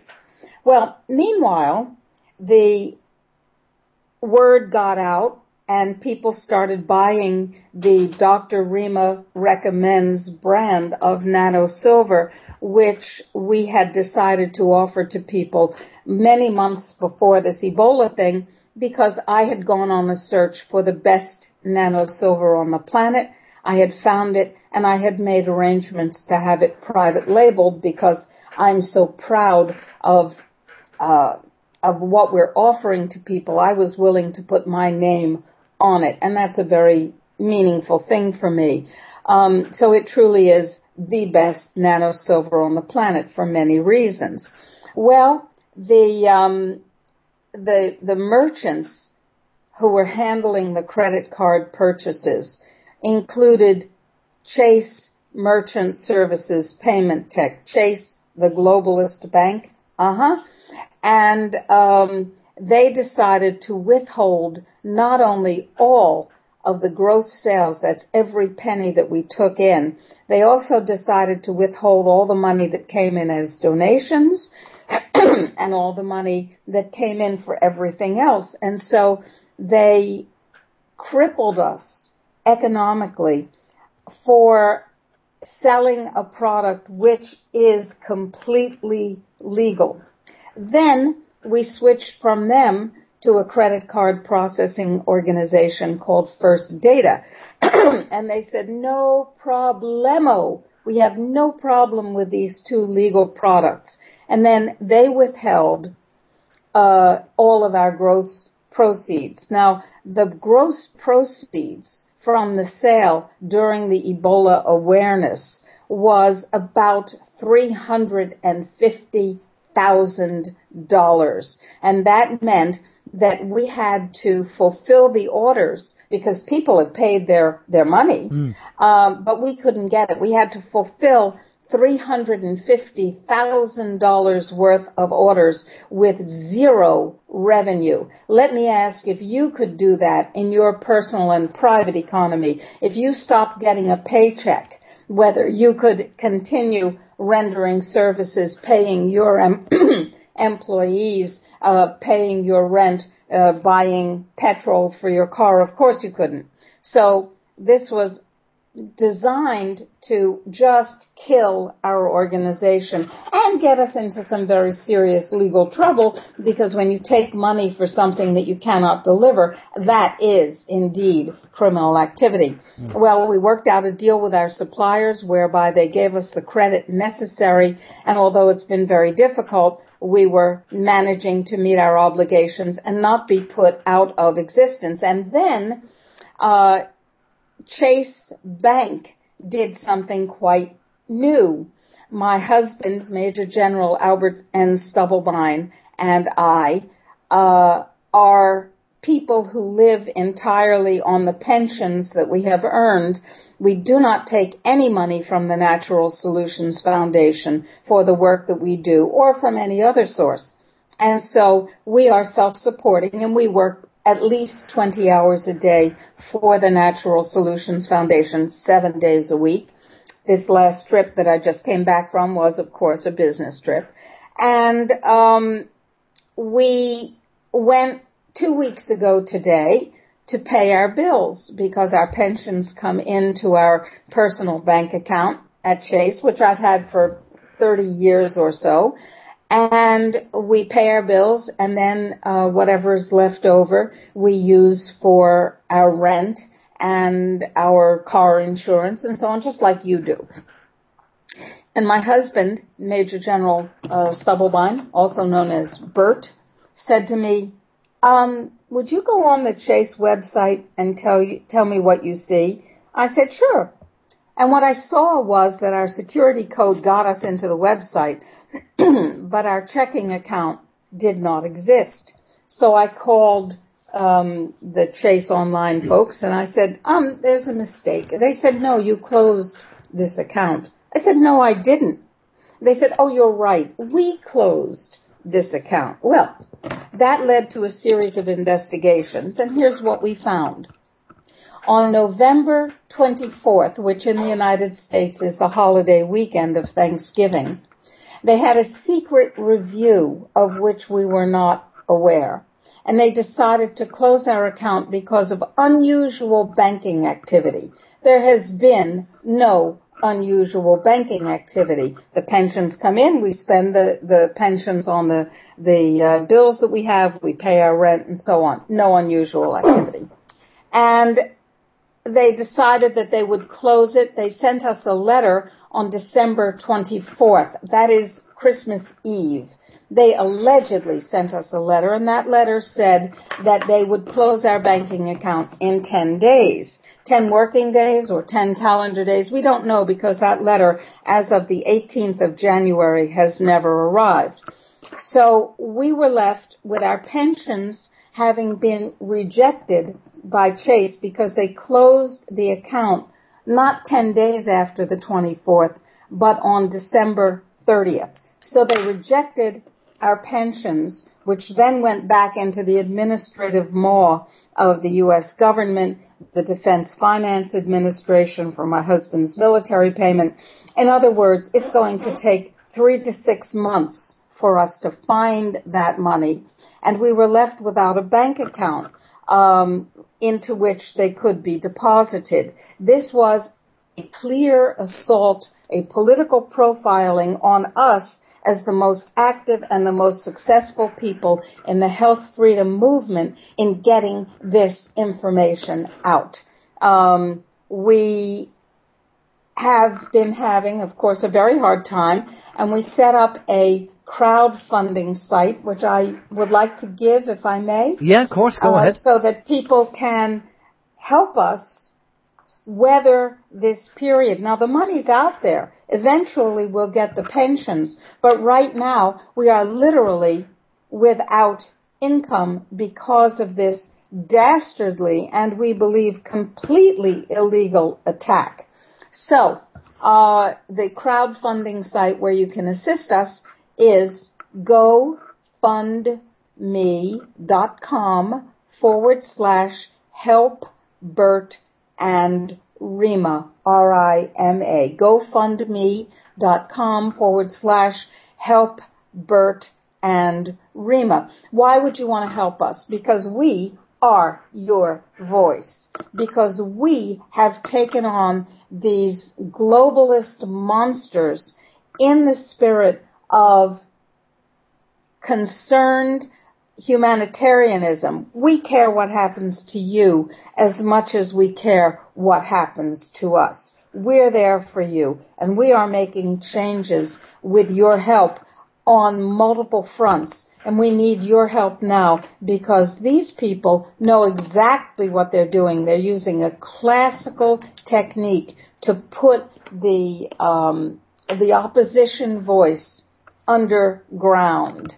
And we cannot afford to go underground. We still have expenses. We still have the internet. We still have the service that we use to be able to send out our mailing, our emails and so on. So we reconstituted our websites and CBDs can be purchased on one website and silver products can be purchased on another website. We found somebody who would take credit cards and so on. Well, meanwhile, the FDA writes to us again and quite incorrectly says, no, you are not in compliance. Your response to our first letter was insufficient. And we say, and here's another place where we are your voice, we say, great, we'll see you in court. Because, you see, we've been trying to get the FDA in court on this issue of what we can say. They say we can never use the words treat, prevent, mitigate, cure, or diagnose in relationship to a nutrient. And they say we must tell people that this nutrient is not intended to treat, prevent, mitigate, cure, or diagnose any disease or condition. Every bottle of nutrients manufactured and sold in the United States has that disclaimer. But what if we don't believe that's true?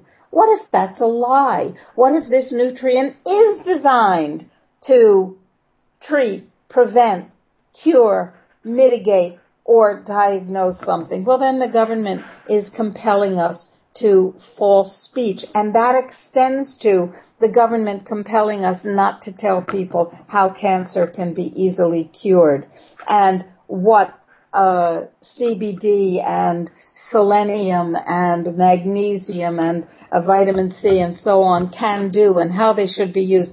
The FDA blocks our truthful speech, and now with this assault, we can go into court. Well, that's chapter 1, and we are in the process of putting together the legal assault on the legal limitation or the illegal and unconstitutional limitation of truth, because obviously the pharmaceutical industry does not want you to know that you don't need 90% or 95% of their drugs, and that's the truth.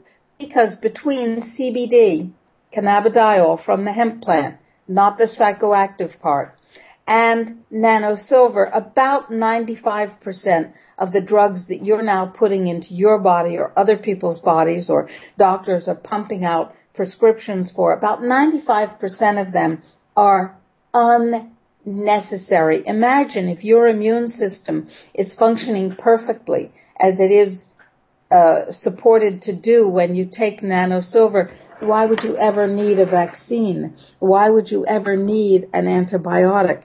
And these things are completely non-toxic. Now, fast forward.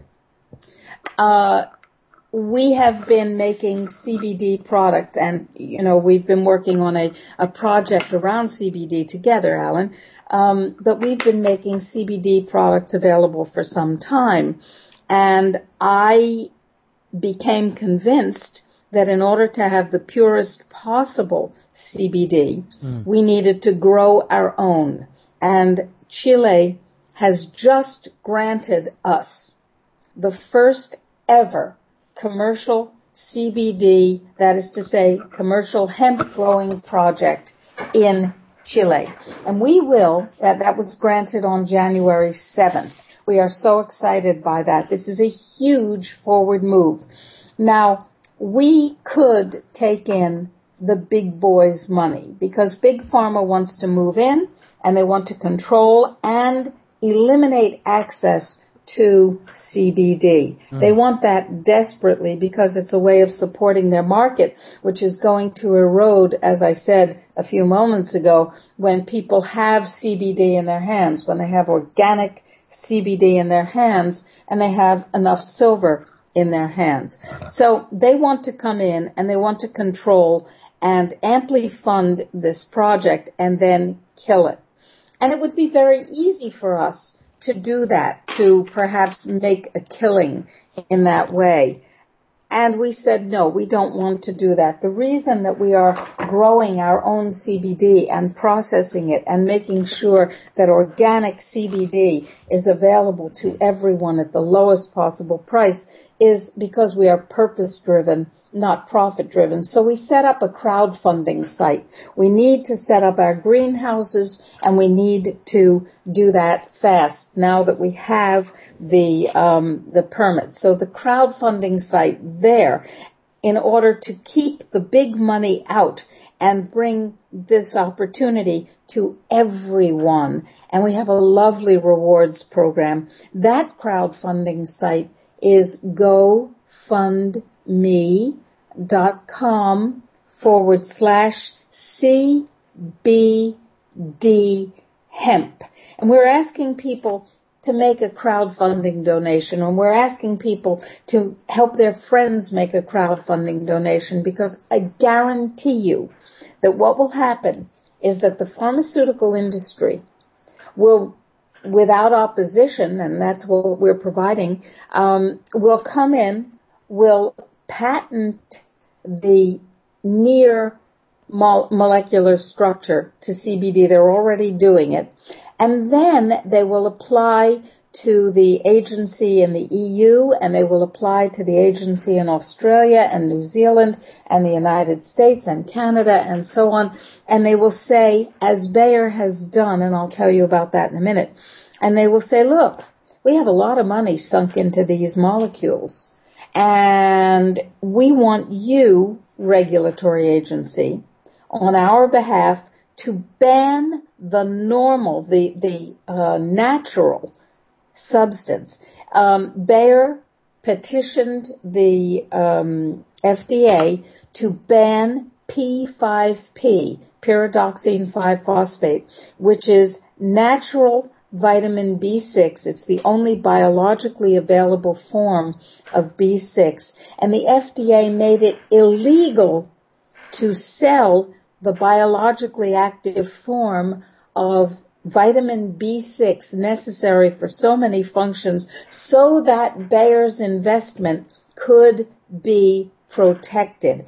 And the pharmaceutical industry is moving to that now with CBD. So we want to get our organic certified CBD on the market and establish our right to maintain a supply of natural CBD. Nobody else is doing that. Nobody else understands it. And so let me give the crowdfunding site one more time, okay, because this is our money, not big money. This is our health, not big pharma's manipulation of our illness.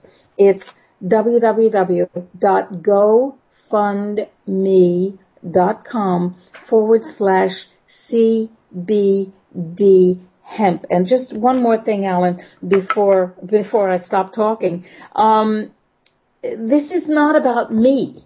This is not about General Byrd. This is about you, because your freedoms, whether you're in the UK or Spain or Australia or Zimbabwe or the United States or Toronto, Canada, it doesn't matter. This is a global assault on your right to knowledge and your right to molecules that provide health and that are your God-given right. CBD is produced by your own body, and they will make it illegal in the same way that P5P is produced by your own body, and they are making the external supplementation, they have made the external supplementation of it illegal so that you can take dangerous drugs and die more rapidly and more profitably. This is your battle, and I am asking you to join me in it. And I'm so grateful to you, Alan, for giving me the opportunity to speak to your audience. I am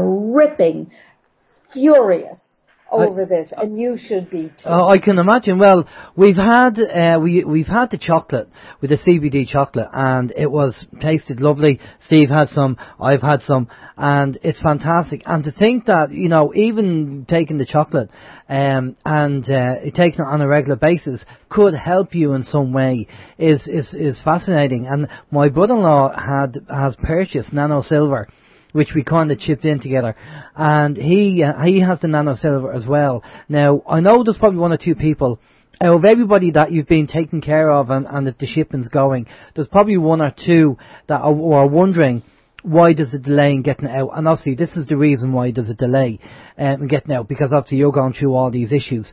But I can definitely say, I recommend that, I completely enjoy the chocolate, and I think it's very important that people need to understand what are cannabinoids. First of all, understand what the science is and why it's very important and why we need to do this. Now, what I can't understand is you're located in Chile, but the FDA is still coming down on you. Why is that? Well, I didn't leave the United States orbit. The Natural Solutions Foundation is seated in the United States. Our headquarters are in the United States. I am here in Chile for the work of the foundation. The work of the foundation is global, but we have our history starting in the United States. Our initial website was called Health Freedom USA, and then we realized that was very naive. The problems were global, and the solutions had to be global, and the freedoms had to be global, just as the enslavement is intended to be global on the other side. The FDA is not coming down on me here in Chile. It is the FDA coming down on what we're doing in the United States. But remember, in this globalist paradise in which we live, the regulation and restriction of one block of countries or one force rapidly becomes the regulation and restrictions of another. So what happens in the U.S. impacts what happens in the UK and the EU, Australia, New Zealand, etc., very, very heavily. The FDA is the world leader, shall we say, in destructive health regulation. And they're coming down on our ability to tell the truth worldwide. You need that truth just as much as we do, and just as evil knows no boundaries and globalism knows no boundaries, so truth knows no boundaries. And if your immune system can be supported by CBD or by nano silver in Ireland, it can just as well be so supported in Iowa. Yeah. Well, it's just funny. During the week, well, it's not funny, but during the week I seen a photo of obviously a young girl, and the Irish government actually removed her medical card, and she was suffering from cancer. And to think there's so many benefits of hemp anyway, full stop. But to think that all she needs would be possibly cannabis oil. I mean, I'm just surmising. I mean, I know you'd have to look at our medical records and all that kind of stuff, but generally speaking, a lot of people have taken cannabis oil and have cured their cancer using that, and balancing their cannabinoids and everything else. No, Alan. If you want me to be able to continue to make this available, nobody's ever cured anything. What they've done is supported their immune function so well that the body ridded itself of the cancer. We can't use the word cure and expect to not be attacked, because you know that these trolls are listening. Hello, trolls. Yeah. How you doing? Okay, having a nice Sunday? We'll say it goes into remission then. But no, we'll say that the immune system is so well supported that its natural structure and function can reassert itself. And part of the job of the immune system is to get rid of cancers in the body. It's a matter of immune system support. Right, okay, well that's fair enough. And obviously, we're going to be, in a few minutes we'll get all your details and let people go over there to the website and see what they can buy if they want to try it. I mean, that's what we did. We'd get the chocolate to sample out, and it's just, we have to wake people up to the benefits of CBD and what it can do for you. And I think people are just, as soon as you mention hemp, they start thinking of all the kind of nasty things that goes with cannabis and, the whole thing. Now, I know you said before on the show, there's a difference with the cannabis that's on the street compared to the organic or industrial hemp that's grown. Yes, it's very, very important. Let me give you a site to write down where you can, in fact, get the highest quality currently available CBD products. And then I will tell you why we are making that quality higher. Okay? Yeah.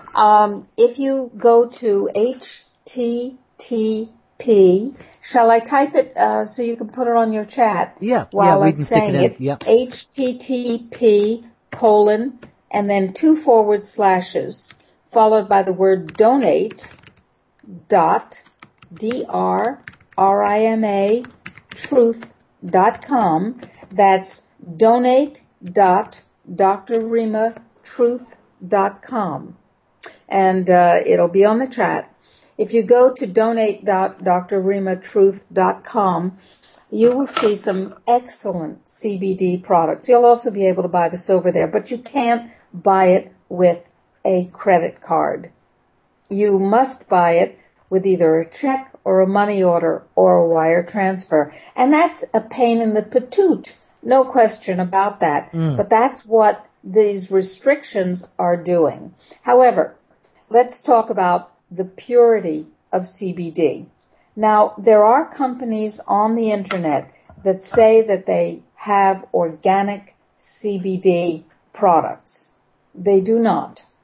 Organic means not only grown organically, but laboratory certified to be free of toxins. And frankly, in the Wild West that the internet is, anybody can put anything on their site.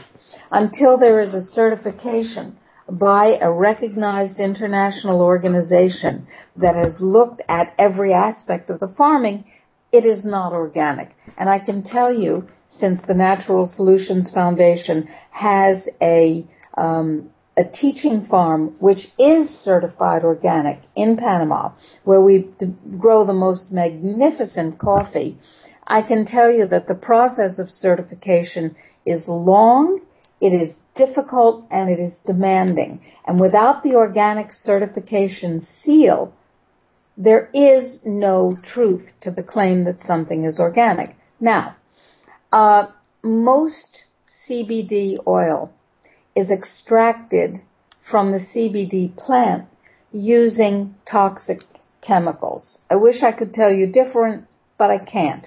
When you look at the Rick Simpson movie, Phoenix Tears, he says you can extract it using naphtha or benzene, and he gives a couple of other horrifying options so that any benefit that the CBD or THC, he likes THC, any benefit that the hemp product gives you, which is real, is countered to some extent by the toxic material that the oil was extracted with.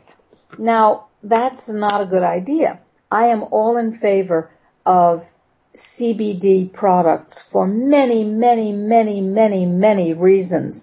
We can't use the word treat, cure, mitigate, prevent, or diagnose, so we're not doing any of that because CBD is a nutrient. But lots of people with lots of conditions find that they no longer have them after they use the CBD sufficiently. We, for instance, have organic chocolate which has CBD in it. The chocolate's organic. The CBD is not, because it's not available on the world market. So I decided that we would produce organic certified CBD. And I said to the universe, okay, I want to grow my own CBD. And then I said to the universe, of course, I really have no idea how to do that, how to get the license and so on. So, I said, I really want to do this, but I have to find the resources, the appropriate colleagues. About 4 days later, a guy walked into my office, and he was very downcast, a Chilean agricultural engineer. I said, if you don't mind my asking, why are you so depressed? And he said, well, I have been working on getting the license, the only license in Chile to grow industrial hemp for 6 years. And the government, I finally got a Supreme Court ruling saying the government had to grant me the license. And then the government imposed one final condition. I have to have a partnership with a company from outside Chile, which will guarantee that they will export 100% of the production. And I said, really? Maybe we can help you. And, of course, that's exactly what happened. The Natural Solutions Foundation created a company called Natural Solutions Health, which is that foreign corporation. We have a contract giving us the responsibility and right to export 100% of the hemp production. And the hemp production will be entirely CBD and entirely certified organic. What that will mean is... Sorry, Dr. Rima, we have about 5 minutes, and we have two questions for you to fill in them 5 minutes, if you can do that. Steve. Yeah, Dr. Rima, we've got a couple of questions that came in, and I've been making note of all the links that you've given us throughout the show, and I've posted them on the chat room as well, and I will post them again. We'll give them out at the end of the show. But we do have a couple of questions that have come in, and one of them came in from Wolf Hunter. And Wolf Hunter is wondering, could Dr. Rima address the silver gen generator, and if or not it produces nanosilver as they claim, as he has one of them for the past couple of years now. So obviously this the silver gen generator, they're claiming it makes nanosilver. Is that true or false? It is false. And how can I say that so quickly? Nano simply refers to the size of the particle. Now, it might be that it actually finally divides the silver and produces ionic particles, that is, electrically unstable particles at nano size. I doubt it, but it could be that it does. However, the nanosilver that I'm talking about, the Dr. Rima recommends nanosilver, which is available, by the way, at www.nsfmarketplace.com. That nanosilver has additional mechanisms of action that no other nanosilver in the world has. Not only is the silver molecule, not the ion, but the molecule extremely small, but it is surrounded, each clump of molecules of silver, pure silver, is surrounded by a sphere of another molecule linked up in a sort of a spherical crystal structure of Ag4O4. That's 4 more molecules of silver and 4 molecules of oxygen. And that is deadly to the organisms that cause disease, but it is completely safe for the beneficial organisms. So that's a second mechanism of action. The third mechanism of action is that through a remarkable and proprietary system, the molecules themselves emit a frequency. The frequency is between 890 and 910 terahertz. It's a lot of vibratory motion. And that frequency, again, kills pathogens, but it does not kill the normal cells. However, all of this adds up to one thing, that this particular nanosilver, which cannot be replicated in a home generator, I assure you, this particular nanosilver supports the structure and function of the immune system so well that even people who are malnourished and disease-ridden, like the people with Ebola in Sierra Leone, even people who got a small amount of this nanosilver were supported. Their immune systems were so well supported that they no longer had Ebola. We're not allowed to say cure. Trolls, I know you're out there. I'm not saying anything cured anything. Okay. But you see, the point is it's a truly unique nanosilver. So whatever you're making on your kitchen table is not the same. And we just recommend, we're going to have to leave it there, unfortunately, because we've run out of time. But listen, that's, brilliant information as usual, Dr. Rima. And I would recommend, look, we don't know what's going to happen with the whole Ebola thing. And even if Ebola wasn't there and you wanted to take it just as a top-up from a health point of view, I think it would be a good idea. Absolutely. Exactly. So it's good having it. We've given all the links out on the chat facility, and all the information's gone out there. Unfortunately, we have to finish up because we have a few minutes left and a few things to talk about. But again, just stay with us there, Dr. Rima, for a few minutes. Again, thank you for coming on, and I wish you all the best with the crowdfunding. Thank you. Let me make it clear. This is our battle. This is not about us. They're attacking your freedoms. Yeah. And if all that stuff goes, then we're going to be just left with all the junk, really. And that's killing us off bit by bit anyway, the way things are at the moment. But, okay, just stay with us there, and we're going to go over to a piece of music, and this is a dedication for a lady I know called Frances, who's actually going to see this band in concert, and she wanted a quick request. I'm so jealous. Right, we'll talk to you after the music break. This is Open Your Mind Radio on OYMradio.com, UnitedWeStrike.com, and PeoplesInternetRadio.com. Oh, you, not me. Oh, right, okay, we're back. Well, it's okay. you who done the dedication. AC/DC for Francis there. There you go. She's going to go and see them. Good show, great information. What can we say? Now, I just want to give a plug to Mick at Liffey Sound FM. He has Billy McGuire on tomorrow night, and they're going to be talking about the 21st of January, which is the Ireland's Independence Day.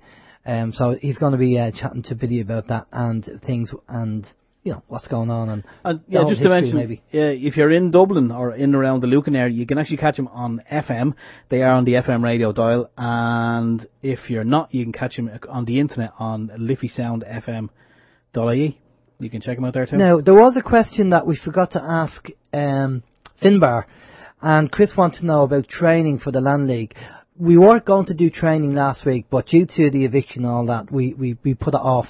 So the training will probably be next week or this week coming, this Thursday. But that might change. So if anybody's interested in and wants to get involved with the Land League or the Hub or Anti-Eviction, I'm sure if you send us an email, we'll send you to the relevant group. But for the Land League side, they'll be doing training, just so you know what to do when you go down to court. Helping people, telling them to ring the Land League or what to say to people and all that kind of stuff. So actively get involved. Don't be sitting on the fence, or don't be just sitting behind your computer. Go out and get involved. There's evictions and stuff like that. And I know people say, well, what can I do? I don't know much. Just support.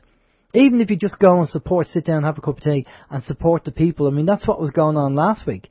There's people there in the house just sitting there for support. Just camaraderie. It's really good, and it just makes you feel that you're doing something rather than just being a keyboard warrior. You're actually going out and doing something. So if you have any information that you want to know about regarding them, just send us an email and we'll see what we can do. We'll see if we can help you and point you in the right direction. I think that's the best we can do for now anyway. But Land League on the eviction, if you send any donations to National Land League, Steve? Yeah, we have it here. If you want to make a donation again to the National Land League and the good work that they are doing, you can go on to PayPal, log into your PayPal account, and in the send money, click on the little button that says send money, nationallandleague@gmail.com. And Finbar also suggests if it's for the family in Kells, if you want to help them out, just put a little note in saying that as well. You can also contact the Land League, and the phone number is 089 474 0811. That's 089 474 0811. Okay, now next week we have Simon Parks on, and people are talking about the CERN, Hadron Collider and all that kind of stuff. We're going to talk to Simon about that and ET stuff and loads of stuff that's going to blow your mind. So tune in next week. We're near at the end of the show, so I'll say good night. Have a safe week. Take it easy. If you have any news, let us know. From myself, Alan James, good night. Bye bye. Okay, and for myself, Stephen George, yes, have a good evening and have a good rest of the week. I'm sorry, I don't know who's on with Vin later, but it's always good no matter who's on. And we'll do it all again in 7 days. So yeah, take it easy, have a good week, and yeah, bye bye.